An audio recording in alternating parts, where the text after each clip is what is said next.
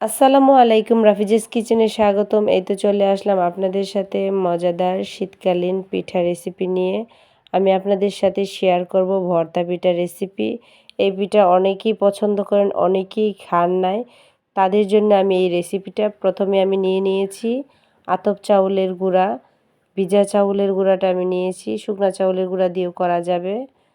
তারপর স্বাদ মতো লবণ। আমি একটা কড়াইতে ভিজা চাউলের গুঁড়াটা কড়াইয়ের মধ্যে নিয়ে আমি আমাদের গ্রাম বাংলার ভাষায় টালা বলে, যে টালা চাউলের গুঁড়া, তো এরকম আমি করে নিচ্ছি।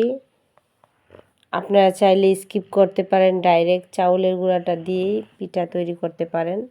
তারপর আমার টালা হয়ে গেছে। এখন আমি পানি ফুটিয়ে নিচ্ছি। অল্প পরিমাণে লবণ দিয়ে দিয়েছি, যেহেতু আমি লবণ আগে দেওয়া হয়েছিল। তারপরে ফুটন্ত পানির মধ্যে চাউলের গুঁড়া দিয়ে দিচ্ছি, দিয়ে 2 মিনিটের মতো বলক তুলিয়ে তারপর আমি চাউলটাকে একটা আটায় পরিণত করে নিলাম। আর এই চাউলের গুঁড়াটা আপনার গরম থাকতে থাকতে আটাটা তৈরি করতে হয়। এদিকে আমি আটাটাকে মতে নিচ্ছি।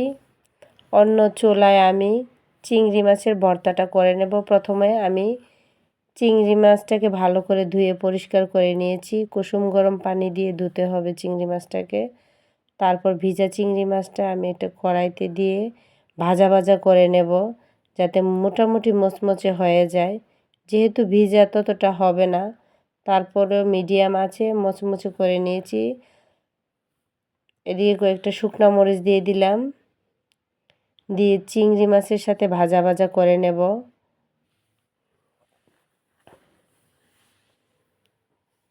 এই তো চিংড়ি মাছ ভাজা ভাজা হয়ে গেছে, আমি এখন উঠিয়ে নেব একটা বাটিতে। উঠানো হয়ে গেলে আমি কয়েকটা পেঁয়াজ কুচি দিয়ে দেব।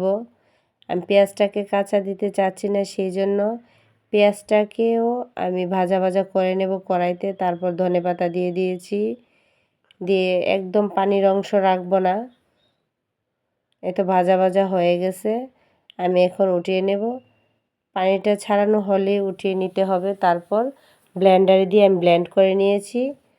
আর এদিকে মতানো আটাটাকে আমি নিয়ে নিয়েছি, নিয়ে আমি পিঠার জন্য তৈরি করে ফেলবো। আপনারা আপনাদের পছন্দ মতো তৈরি করে নিতে পারেন, সমোসার মতো বা এরকমভাবে।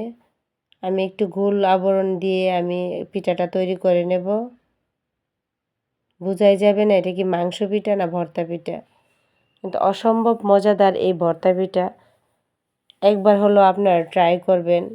যে কোনো শুটকি মাছ দিয়ে এই ভর্তা পিঠাটা করা যায়। চিংড়ি, চান্দা, মলা, কাসকি, তারপর চেপা শুটকি দিয়েও ভর্তা বানিয়ে আপনি এই ভর্তা পিঠাটা তৈরি করে ফেলতে পারবেন। তো আমি বানানো হয়ে গেছে, এখন সামান্য একটু ডিজাইন করে দিচ্ছি। যেহেতু আমি কয়েক ধরনের পিঠা তৈরি করব, সেই জন্য যাতে আমি এই ভর্তা পিঠাটাকে বুঝতে পারি যে এইটাই ভর্তা পিঠা, সেজন্য আমি এইরকম ডিজাইন করে নিয়েছি। তারপর আপনাদের সুবিধার্থে আমি আবার তৈরি করে নিচ্ছি। এই ভর্তা পিঠার মধ্যে ধনেপাতাটা একটু বেশি করে দেবেন, অনেক ভালো লাগবে। তারপর আবার আমি ডিজাইন করে নিচ্ছি। এই তো হয়ে গেল আমার মজাদার ভর্তা পিঠা। এখন আমি ভর্তা পিঠাকে একটা ডেক্সির মধ্যে দিয়ে ভাপিয়ে নেব। আপনারা চাইলে রাইস কুকারে দিয়েও করে নিতে পারেন।